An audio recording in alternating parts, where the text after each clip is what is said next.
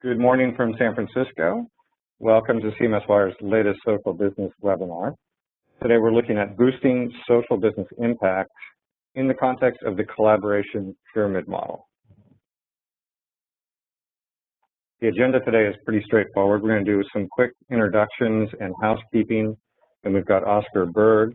We'll be talking for 30 to 35 minutes, and during that time we hope to get some questions from the audience. And we'll be doing about 15 to 20 minutes of Q&A following Oscar's main speech. So on the housekeeping side, we are taking questions. The best way to do this is to submit your questions either through the WebEx chat module or through the Q&A module on the lower right-hand side of your screen. We're also tracking the Smarter Social Business hashtag on Twitter, or you can tweet to CMS Wire or directly to Jive Software, the sponsor of this event.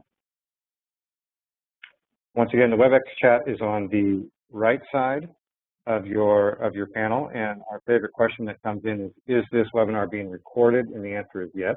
We are recording, and we will send out an email with a link to the recording once we have that published. It'll take a couple of days once the event is completed. If you prefer the Q&A module, that's also in the right-hand side of your WebEx client. And just make sure that in both cases you select to submit your questions or your chat to all panelists. Finally, we'll be doing 2 polls during this event. The polls also show up in the WebEx client. Unfortunately, they don't come to the center, so you're going to have to look to the right-hand side. Select your answer to the poll, and then make sure you click the Submit button. Once we have all the responses in, we'll be publishing the results of the poll so everybody will see the results. At this point, I'm going to introduce our moderator today. Tom Murphy is the General Manager and Editorial Director at Simple Media CMS Wire. Tom's been in this business a long time, been covering technology and building technology publications for the better part of 3 decades. Tom participated in the building of MarketWatch, Red Herring, and Bloomberg News. He's also the author of a book called Web Rules: How the Internet is Changing the Way Consumers Make Choices. Tom, I'll let you take it from here.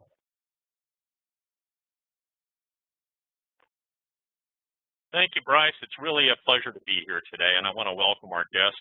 Good evening, good morning, good afternoon, wherever you are in the world, you are welcome here. This presentation is brought to you by CMS Wire. We're about 11 years old, have over 300 editorial contributors. Many of them are people like you. Our key services are, we have over 200 articles a month. We have monthly editorial themes, and we have webinars and other events that you're more than welcome to join. We have 3 primary topic areas: customer experience, digital marketing, social business, enterprise collaboration, enterprise information management. This presentation is sponsored by Jive Software. Jive was founded in 2001. Of course, it's the communication collaboration platform for the modern mobile business. And this company is transforming the way work gets done. It has millions of people using its software. It's one of the largest companies. You can find more about that at jivesoftware.com, and I encourage you to do so. Now it's my distinct pleasure to introduce Oscar Berg. He's a digital strategist with the Aviga Group. Oscar is a respected author and business strategist and father of 5. He's also a CMS Wire contributor.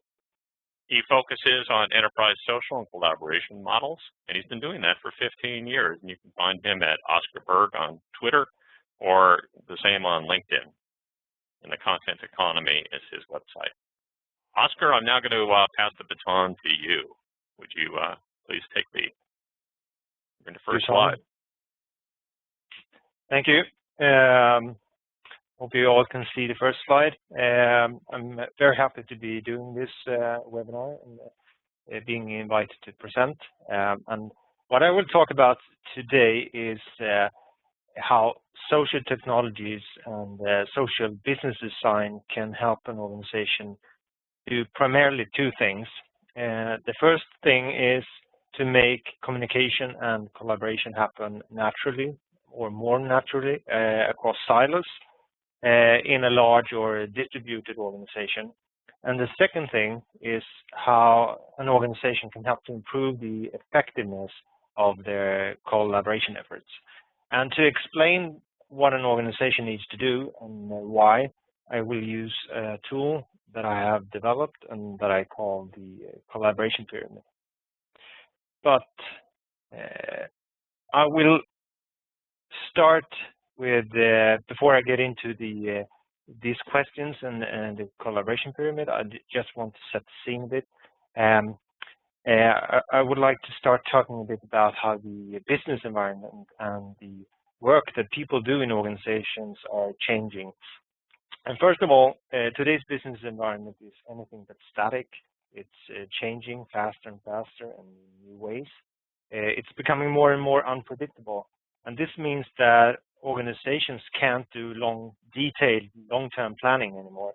Instead, they have to be prepared for change to be able to quickly adapt to new conditions and situations. And this is quite a challenge for many organizations that have been used to detailed long-term planning. Secondly, the work that people do in organizations is shifting from manual work to cognitive work or knowledge work, if you like. Yet the biggest shift is the one from routine work to non-routine work. And this applies to both manual work and to knowledge work. And just as robots have taken over routine manual work in factories, computers are increasingly taking over routine knowledge work. And this means that organizations increasingly rely on a workforce of creative, self-propelled, and collaborative knowledge workers doing non-routine knowledge work.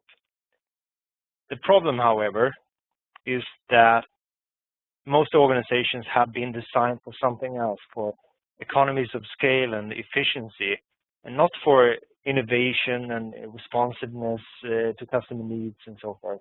This has created a work environment that doesn't really empower and encourage people to be creative, to be self-propelled, and or to collaborate with each other. And if we look at the next slide here, just some facts about how employee engagement is eroding, and this is a result of the things that I just described. And it's especially eroding, especially in large and distributed organizations. And this has serious consequences. Innovation is stifling. Productivity is not falling. It's not improving. People are leaving, or they want to leave their jobs. It is hard to sustain and improve quality. And it's also not possible to recruit and retain the best talent. Or by the numbers that are needed. And it's clear that organizations have to do something to change this situation.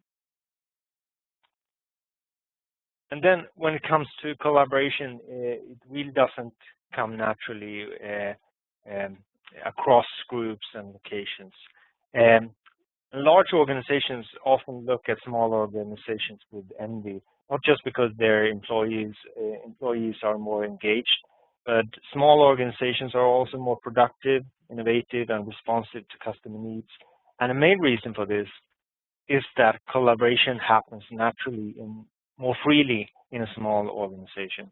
While in a large and distributed organization, collaboration doesn't happen naturally beyond the borders of an organizational group or location, because these have turned into silos that hinder spontaneous and informal communication, and thus collaboration across these barriers.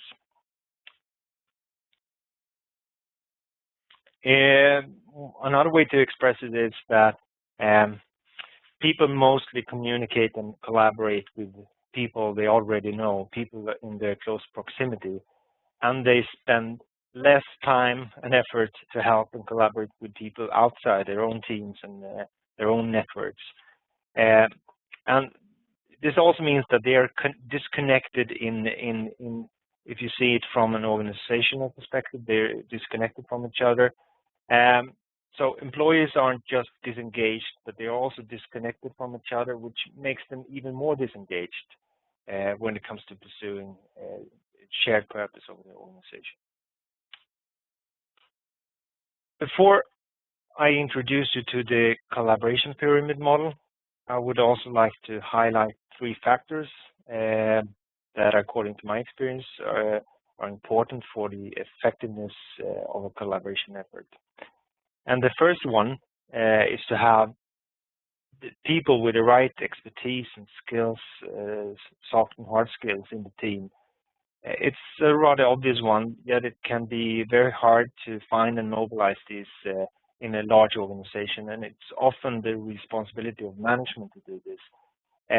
But management can't possibly know all the people in a large organization, and resource management systems and the like are usually quite blunt tools when it comes to finding the right people to engage in a collaborative effort.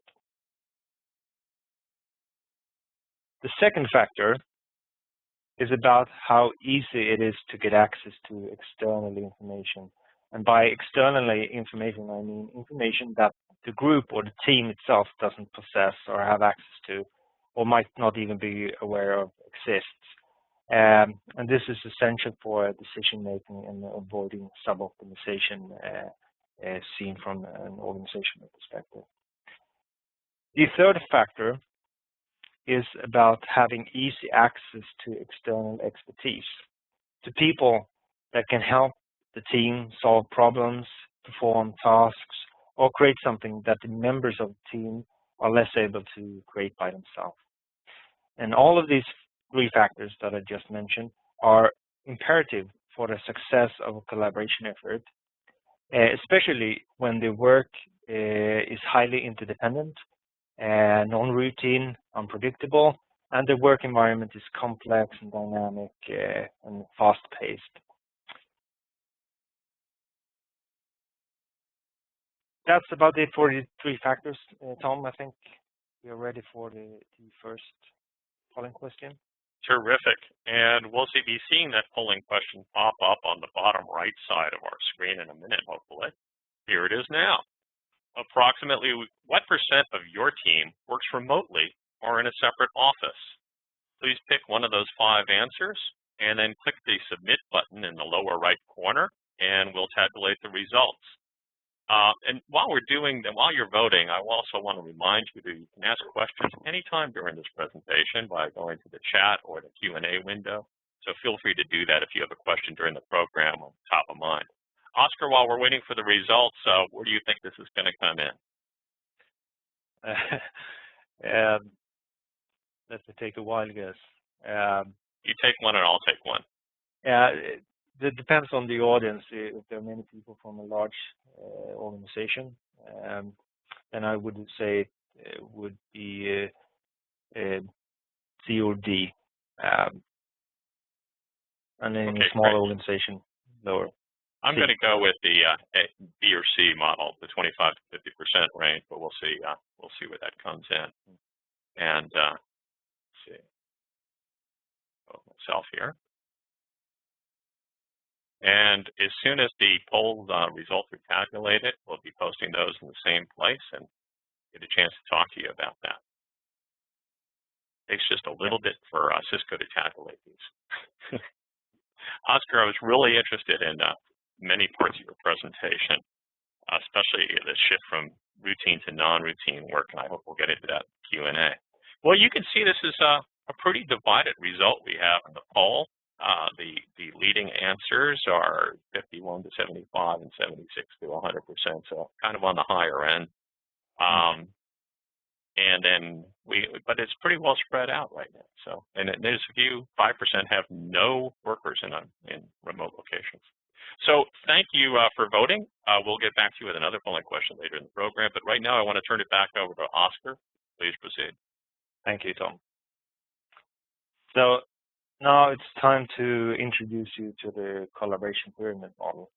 I developed this model as a tool that I use to help organizations see and understand what they need to do to increase, for one thing, the effectiveness of the collaboration efforts, but also to help them understand how they can break it down or tear down silos and make collaboration happen more naturally across groups and locations. And the model consists of 8 layers, starting from the top 3 layers, they all represent activities that we typically think about as being part of a collaborative effort, structured team-based collaboration, such as forming the team and coordinating activities within the team and carrying out the actual activities that can lead to some kind of result or goal fulfillment. These activities are often defined, they're made visible, they're measured, and sometimes at least evaluated. But when it comes to the 5 lower layers of the pyramid, the activities in those layers are activities of more social nature, and they're typically not bound to particular collaboration effort, such as, for example, people introducing themselves to each other, having informal conversations, connecting, creating and sharing information, and so forth. Things that happen on a daily basis are embedded in their work, so to say. The thing is that the activities in these 5 lower layers, they happen naturally when people are in close proximity, when they belong to the same organizational group and work at the same location. When people are close, it's easy to be introduced to each other.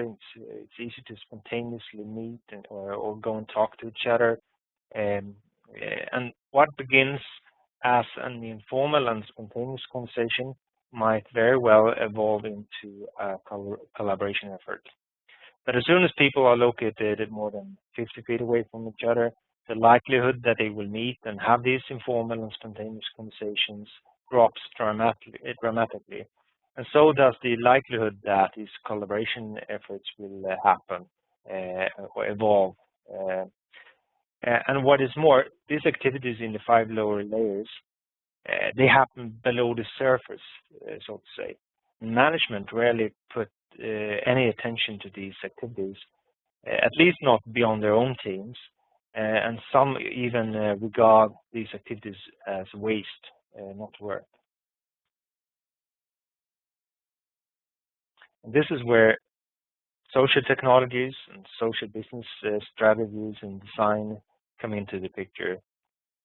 Above all, we can use these to enable and encourage people to perform the activities in the 5 lower layers of the pyramid online instead of only offline, and allow them to do it in an easy and accessible way. By doing so, people are no longer constrained by their organizational belonging or the physical location where they work. In other words, they can be social anywhere with anyone. So social collaboration, when you put it in contrast to traditional definition of collaboration, is below the surface in this model. So what we can see is that the bottom 5 layers of the collaboration pyramid model, they're very much about things like social networking, but they're also about community building and building communities. If we can build communities online, it increases the likelihood that collaboration will happen naturally across groups and locations. Online communities, they help to create this kind of virtual proximity between people that share similar interests or goals, and thereby they make it easier to have informal conversations, to cooperate and collaborate, even when people are not physically close or don't belong to the same organizational group.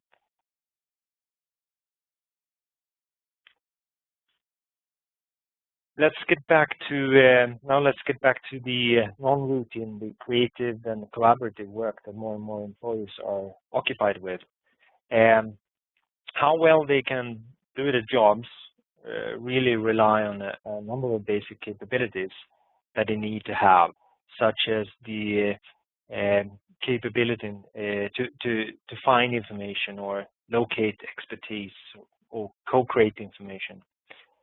And the idea is that by improving these capabilities, an organization can empower people to perform their work non-routine work more efficiently and effectively. And by removing waste and friction on task and capability level, they will be able to see substantial improvement when all these small improvements are aggregated on process, departmental, and enterprise levels. So if you really need to calculate and measure and show ROI when investing in social technologies and social business initiatives, one way is to measure frequently occurring tasks that rely on these basic capabilities, then estimate the increased efficiency and effectiveness on task level if these capabilities are improved. But then again, this is when you go down to a level of detail when you don't see the full impact of social business. As you can see here, we can also map these basic capabilities to the collaboration pyramid model. And now it becomes a little bit easier to see what kind of capabilities we need to have to support the pyramid. Many organizations have done a lot to improve the capabilities in the upper top of the pyramid, implementing communication and collaboration technologies such as team and project collaboration tools, web and video conferencing, and various communications tools such as, of course, email, mobile phones, chat, and the like. But the further down we go in the pyramid, the less has been done to improve these capabilities. There's a clear technology gap in this area of the pyramid that is waiting to be filled. And if your foundation is weak, won't it hurt the effectiveness and the efficiency of your collaboration efforts? Yes, I definitely think so. And this is something that organizations need to address. There is also a technology gap when it comes to what support that is available for doing non-routine and collaborative knowledge work in general. And most organizations today have digital technologies that support people working in highly structured and repeatable processes such as production, distribution, procurement, so on. And there is also groupware or team collaboration tools that support the more semi-structured and semi-repeatable work that is often done in projects. But there is a big gap when it comes to supporting work that is barely repeatable, that has no predefined structure, that is highly unpredictable and highly interdependent. And for this, people need tools that help them manage and coordinate their work together with other people, both within and beyond their own teams. They need tools to connect, to share knowledge, to build community, and ultimately to get their work done and serve the customers. So what do we do to fill this gap? Because we need to fill it. We use email. We use email, although it's not at all suited for collaboration. As a result, our inboxes are being flooded with occupational spam. Valuable information is being locked into our inboxes and left to die there. And the time people spend organizing their emails and trying to find information in their inboxes almost equal to a part-time job. This is, of course, killing productivity, it's killing innovation, and it's killing employee engagement. Okay, Tom, I think it's time for the next polling question. I think it is. Yeah, it's really interesting about email. I think everybody has that problem. We're waiting for that polling question to come up on the right side of the screen, and here it is. Approximately how many emails do you receive a day from internal team members, just the people in your company now? Is it less than 10, 11 to 25, 26 to 40, 41 to 65, or more than 65? And don't forget to click on your choice and then hit the submit button in the lower right. And once again, I want to remind you, if you have any general questions, you're welcome to submit those during the program through the chat or Q&A windows on the right side. And Oscar, while we're waiting for the results to come in on this, I'm going to go to the high end on this one. What do you think? Definitely. Yeah. Personally, I get about 200 a day, so not all of those are internal, but way more than I can really handle in any sensible fashion. Yeah, I think that's quite common. So, yeah, I really am interested in it was really interesting to see how those skills overlay to your pyramid, and I'm going to have a lot of takeaways from this. I hope our audience members do. Hope so too. We should have those results here in just another second or so. Cisco computers are whirring in the background and tabulating your numbers.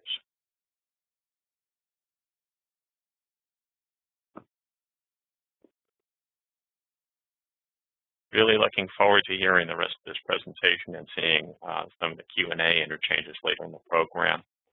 Me too. Definitely looking forward to the questions part. Yeah, I'm sure that every time you give a presentation like this, you get some surprises. Yeah, that's the part where I learn.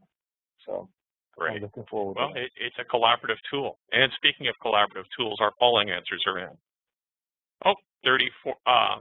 A good percent just didn't give us any answer at all here, but those who did are kind of in the middle range, from the 11 to 25 range up to the more than 65 range, kind of on the low end. I'm surprised it's as low as it is, but good for them. You don't want more, folks. Take it from me. Okay, Oscar, I think we're ready to go on to your next slide, and that will carry us through the final third of this presentation. Great, thank you. Okay, let's get back to the collaboration pyramid. Of course, the gap that I talked about is one that social technologies can help to fill. They can make collaboration happen more naturally across group locations if they support the pyramid. They can also help to improve the effectiveness of collaboration efforts by making it easier to find and mobilize people, to access external information, and to access external expertise. But they can also help to break the tyranny of email, thereby reducing a lot of the waste that we see in organizations, especially knowledge-intense organizations today. To make this a bit more concrete, I mapped some of the most common social technology components to the collaboration pyramid model. The point I want to make, key point I want to make here, is that we really need to have technologies that support all layers of the pyramid, not just some of the layers. And it must also be easy to go from one activity to another activity across layers, up and down in the pyramid. And the information needs to flow easily across all activities and layers. And this has very much to do with the design principles, social business design principles, that I will come to in a few minutes. Because it's obviously not just about technology. To support the collaboration pyramid, as well as to break the tyranny of the email, we need to design our entire work environment according to some key design principles. And I have defined 5 key principles, design principles, that need to be used when, as I said, not just designing tools and the work environment, but also other aspects of our organizations. And first of all, we need to have openness so that we can get access to information that we might have used for, regardless of where it might have been created or stored and so forth. We also need transparency. Transparency allows us to discover the information, but also to trace the information to the person or source, and thereby building trust in the information. And we need that trust to be able to act upon the information, or to request more information for that part. Then it needs to be possible for anyone to participate in a conversation or collaboration effort. because that's how we can deal with these challenges that we face as organizations. We can deal with it can help us deal with any kind of problem or opportunity that we are facing. We also need dialogue to ensure that the communication is efficient and effective, that we can quickly reach mutual understanding. And finally, we need to get recognized for our efforts and our contributions, because that will motivate us to continue to contribute and collaborate with each other. And at the end of the day, it really all comes down to creating the necessary basic conditions for employees to become engaged and empowered to do their jobs as good as possible.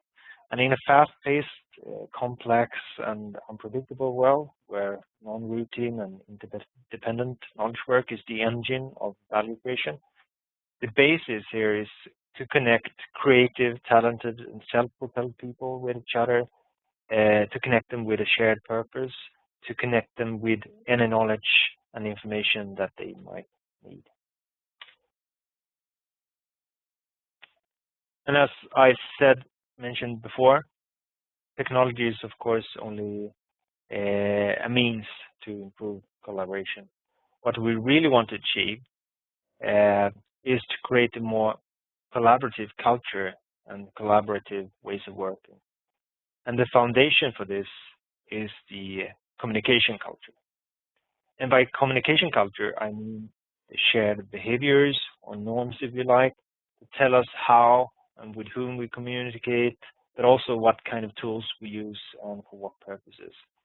And if we aren't able to change the communication culture in our organizations, people will eventually abandon the tools we give them, or at best they will use them in the same way that they used their old tools, paving cow paths.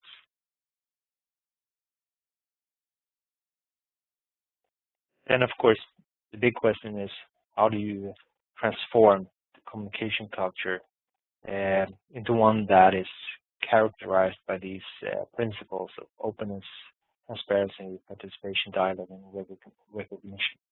Well, obviously, it's about changing habits, and that takes both time and perseverance.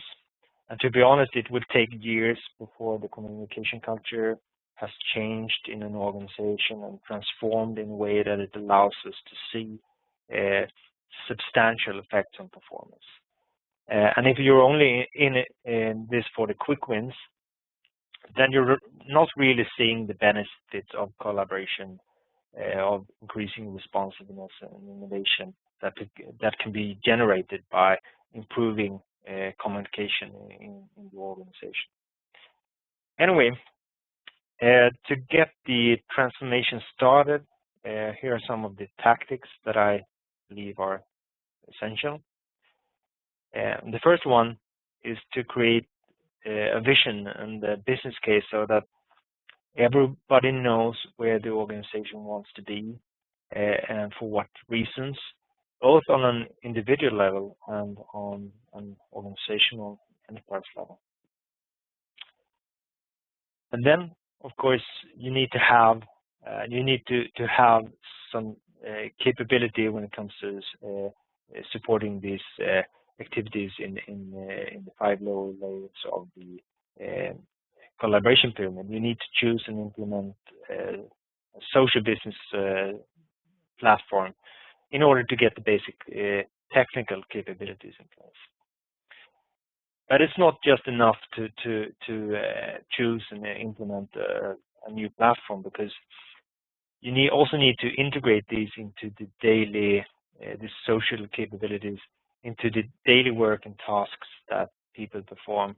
And the platform should not become another IT silo sitting next to the other IT silos. The role of social technology is to connect people and information across silos and not to create new ones. Unfortunately, this is a very common scenario that organizations deploy a new platform that sits next to the other platforms and don't really do the homework that's required to integrate these capabilities into the daily work of the employees. Then the fourth bullet here is about management and leaders walking the talk. If the communication culture is to be transformed, then the norms need to be changed. And it won't happen if managers, management and leaders aren't on board.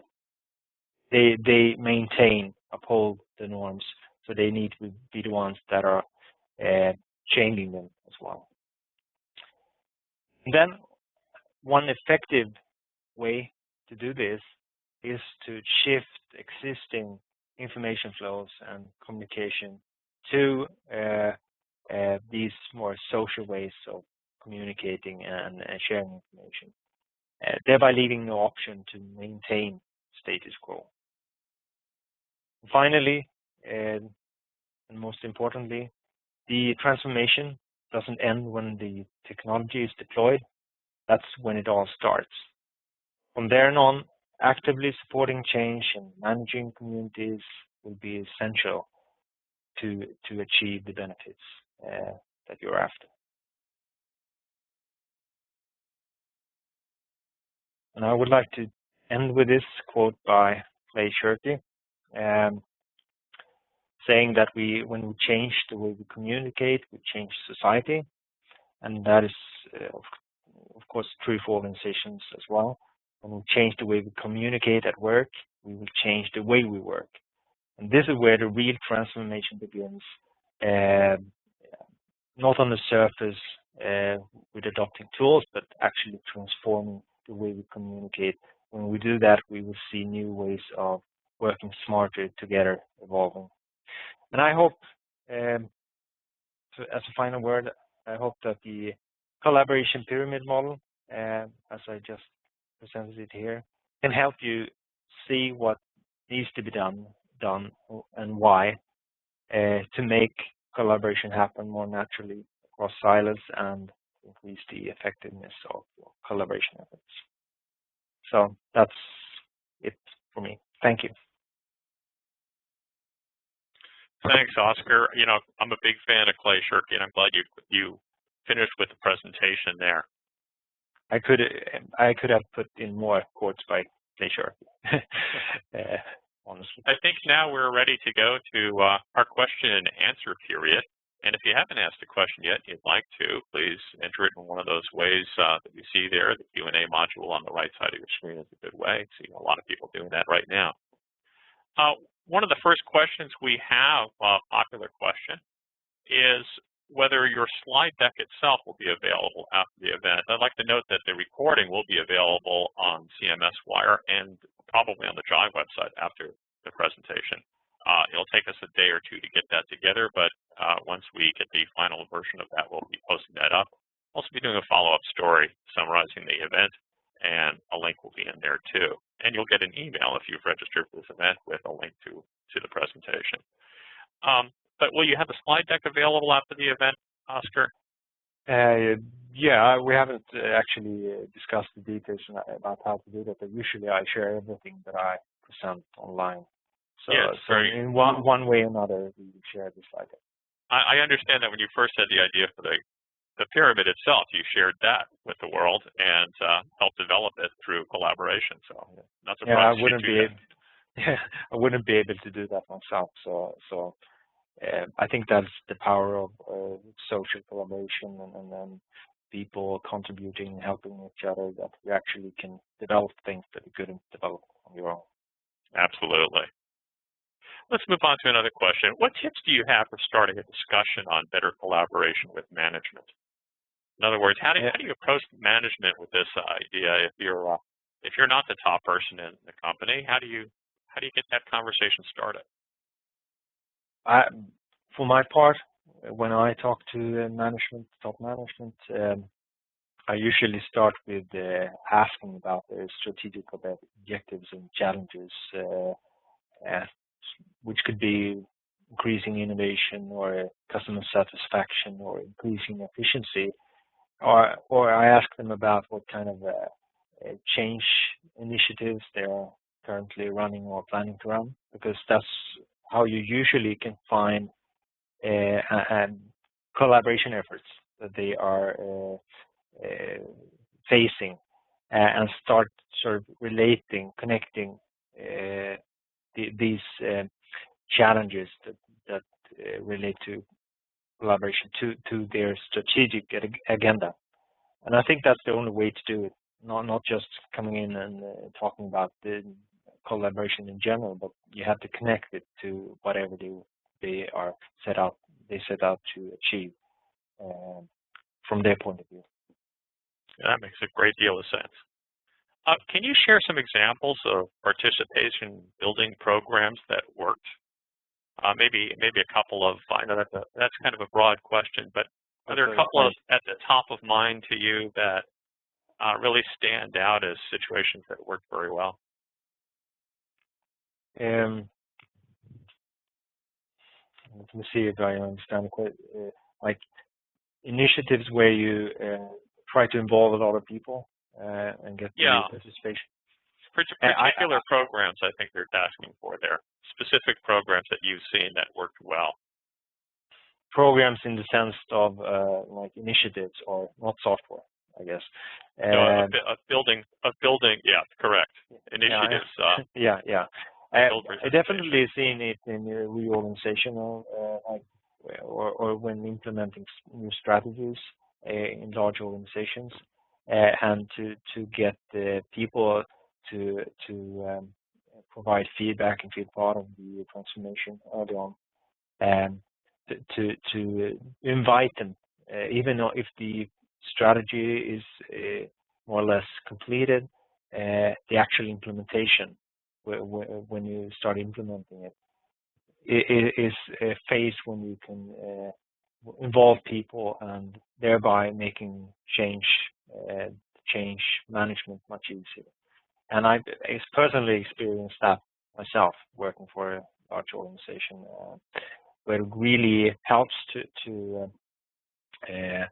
sort of decrease the uncertainty and fear that people feel for whatever is coming. Helping them to connect with each other also helps to reduce that. Great. That was a great question from Jeff, and a very thoughtful answer from Oscar. Thank you. A very hard question. So. I think we could do another webinar on that one, really. I think so too. Here's a question from MB in the audience. How important is the idea of a community manager to get things started? You know, that term itself is kind of loaded. We're actually recruiting a community manager in-house right now ourselves. Yeah. But she adds that, or he adds, my sense is that you need someone or a small team to start and seed the early conversations, monitor the conversations, and interact until the community is large enough to be self-sustaining. Is that true? Yeah. I definitely believe so. If you look at an organization without online communities and just in the traditional sense with organizational groups and so forth, those, or business areas, those are basically communities. So management are facilitating and managing those communities to make them work together as a group. So in my eyes, a manager is a community manager. It's just that the manager is doing that a lot more. They're doing it primarily offline, or not in the kind of explicit sense that we are talking about when it comes to online communities. So if you need to establish a group, to me, a community is a group that doesn't sort of go one-on-one with the organizational groups, but it's something that spans across groups and locations. Then you, of course, need someone to manage and facilitate that, just as you need someone to manage and facilitate the people that work in the same team or same group, organizational group. So to me, that's a starting point when trying to get collaboration, communication happen across organizational groups and locations. It's a good answer, and another great question. We're getting a lot of good questions from our audience today. Clearly, you've touched on some nerves here, and I think people are really responding. That's great. Next question comes from Lisa. If we are already inundated with too much email, how can we prevent blogs, tweets, shares, comments, etc., from growing to the size of being inundated as well? How do you avoid spending your entire day collaborating and really get some work done? And, you know, I relate to that. There's been some studies that show that email isn't being diminished. Email keeps increasing at the same time that we're adding a lot of other channels to our day. So how do you respond to that, Oscar? That happens because you don't change the communication concept. You don't change the way you communicate. You continue using email, and then you add something on top of that. You don't replace. You don't sort of. If you, for example, have communicate with people about anything over email with people within your group or with people elsewhere, you should move those conversations from email to better suited tools that makes conversations less messy and makes it easier to find information and so forth. The problem is that many organizations, they deploy these tools without changing the way they work and the way they communicate. So they just add that on top of how they work and today, and they maintain their habits. They stick to their habits. And another thing that I would like to add to that is that this is a very common sort of concern, that people have so much to do and they don't have time for this extra tool or whatever. The problem is that you have too much to do because you're using email and other tools for things, purposes that they weren't intended to be used for. So you have to start there. The problem, you have to reduce the waste in how you use email. You have to start there before actually you add another tool. You have to go to the bottom of the problem. And the problem is that we are knee-deep in this inefficient way of communicating with each other that email represents.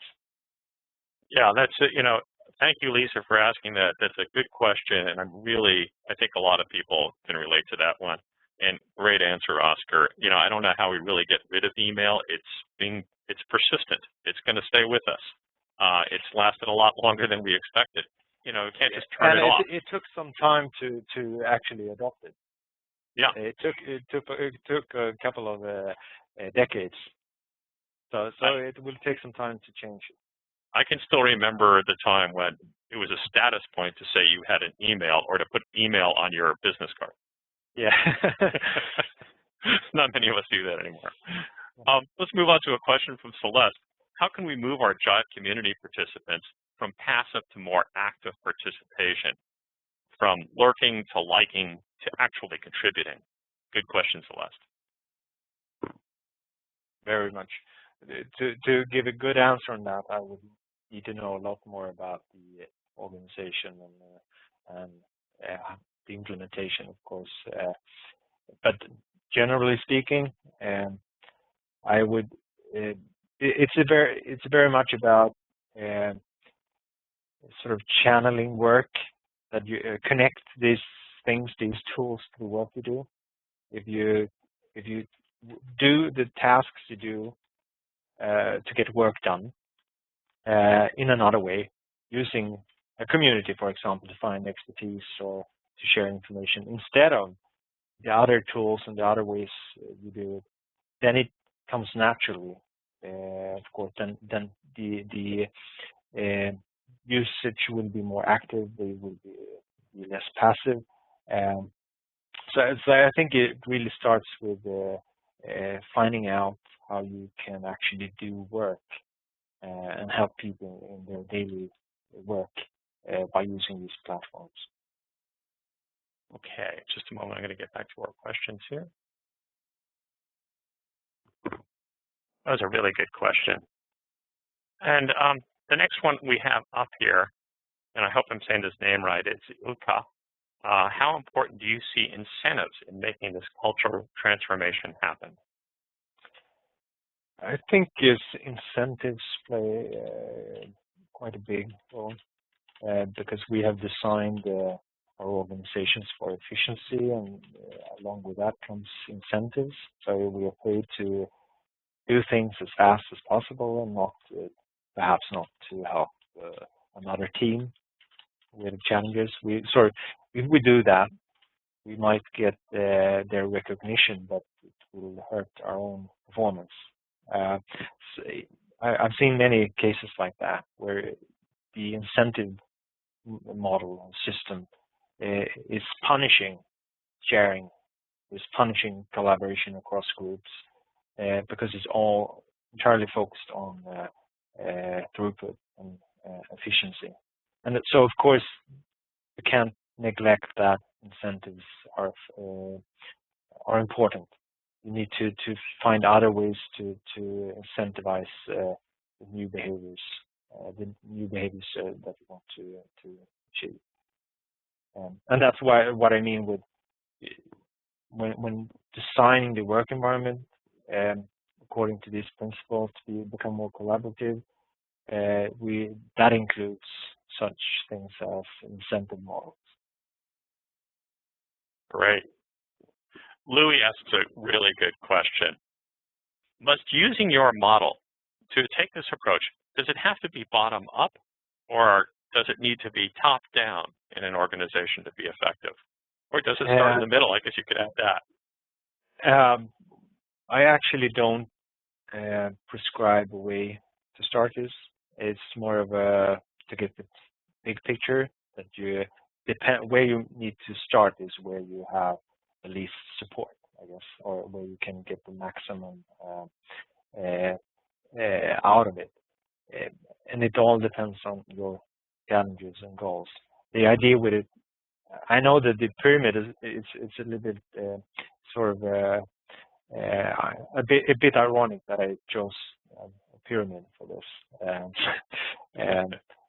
But then again, in pyramid it works well. Just the idea is to highlight that there are a lot of capabilities that organizations need to get in place or to improve that they haven't been actually seeing or putting attention to. But where you start, I couldn't really give a specific general answer to that. But usually, I think most organizations need to put more effort to the bottom 5 layers because most organizations have put some effort already to the top 3 layers. Super. We've gone through 9 questions, and we have about 7 minutes remaining in the program. A lot of really good questions here. I hope we can get to all of them. I'm going to try to move through a few quickly here. The next one comes from Lisa, and she touches on an area that comes up in just about every webinar that I've seen. Do you have any governance guidelines? For example, that email must be responded within 24 hours, or blogs must be checked twice a day, or you need to get on Jive 3 times a day, or whatever. If I have any guidelines, general guidelines, I have seen those, but I would be a little bit careful with. You have to see. You have to ask why you have to have those guidelines.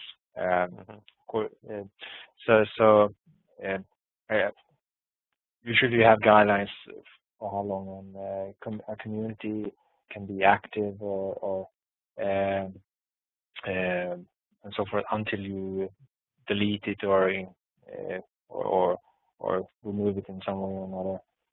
That kind of governance guidelines on that level is quite common, but I haven't seen much guidelines when it comes to also on an individual level what you need to do on, like, when it comes to responding to email or whatever, participating in online communities. But I think we need to discuss that and make, for example, contributing to an online community more visible and start measuring that at least making it visible, and perhaps also making it part of role descriptions and so forth. Great. Thanks, Lisa, for that question. And we have another Clay Shirky fan in the house. Craig asks, he points out that Clay Shirky says that information overload issue is actually filter failure.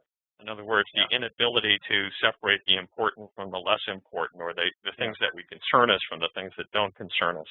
Content curation is one way to help that. What are your thoughts on content curation within the collaboration space?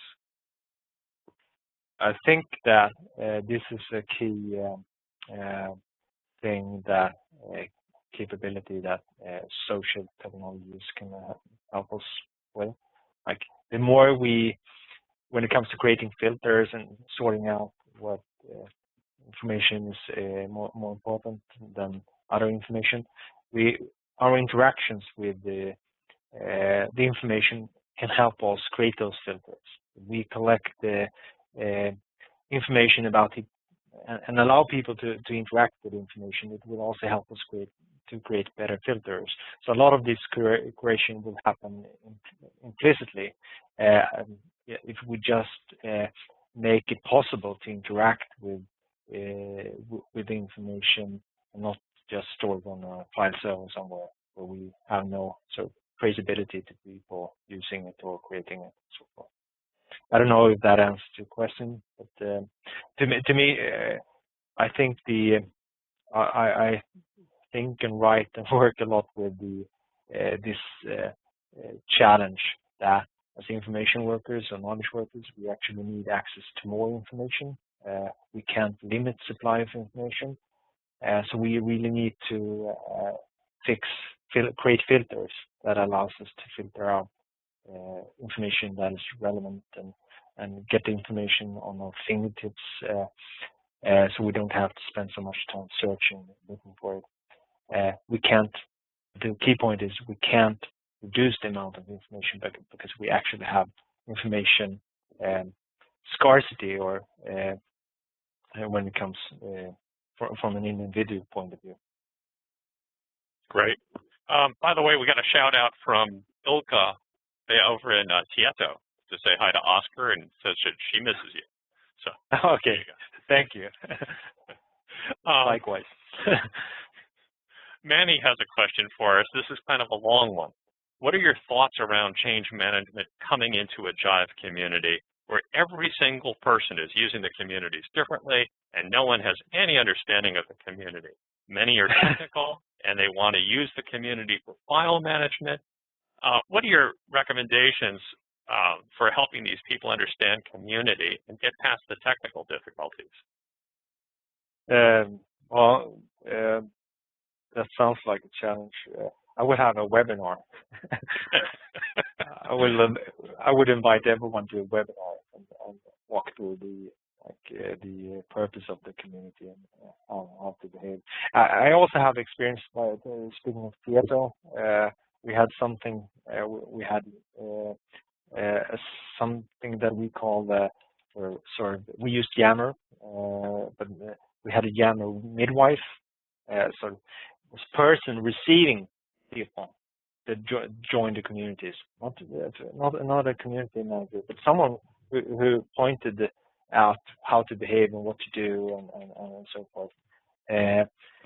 So the people from the start, when they join the community, know why it's there and what the purpose is and how to use it. And then it doesn't hurt repeating this when people get out of bounds. Perhaps nudging them when they do something that they really shouldn't be doing in the community. Okay, we have time for just one really quick answer here, and it's a tough question. I'm going to skip down to a question from Lily. And folks, I apologize. We just don't have time to get to all your questions today. But this one is, how can we keep management constantly engaged? Oscar, if you could just give us maybe a point off the top of your head there, I think we're going to have to wrap it up after that. To keep them engaged on the communities. Yes. Well, to start with, they have to do their jobs using the communities, which is a lot about communicating with their subordinates or the team members, so forth. If they use the community for that purpose, they will be engaged. Thank you very much. I want to thank our audience. We just have so many good questions here. We couldn't get to them all. I want to thank Oscar for being with us today. And I want to remind you all this webinar has been recorded. It'll be available on cmswire.com in the next few days. We'll send you an email and let you know that happens. A lot of thought-provoking ideas here, and I want to thank Jive for sponsoring today's event. Stay tuned for upcoming webinars from CMS Wire. For CMS Wire and Jive Software, this is Tom Murphy signing off. Thank you.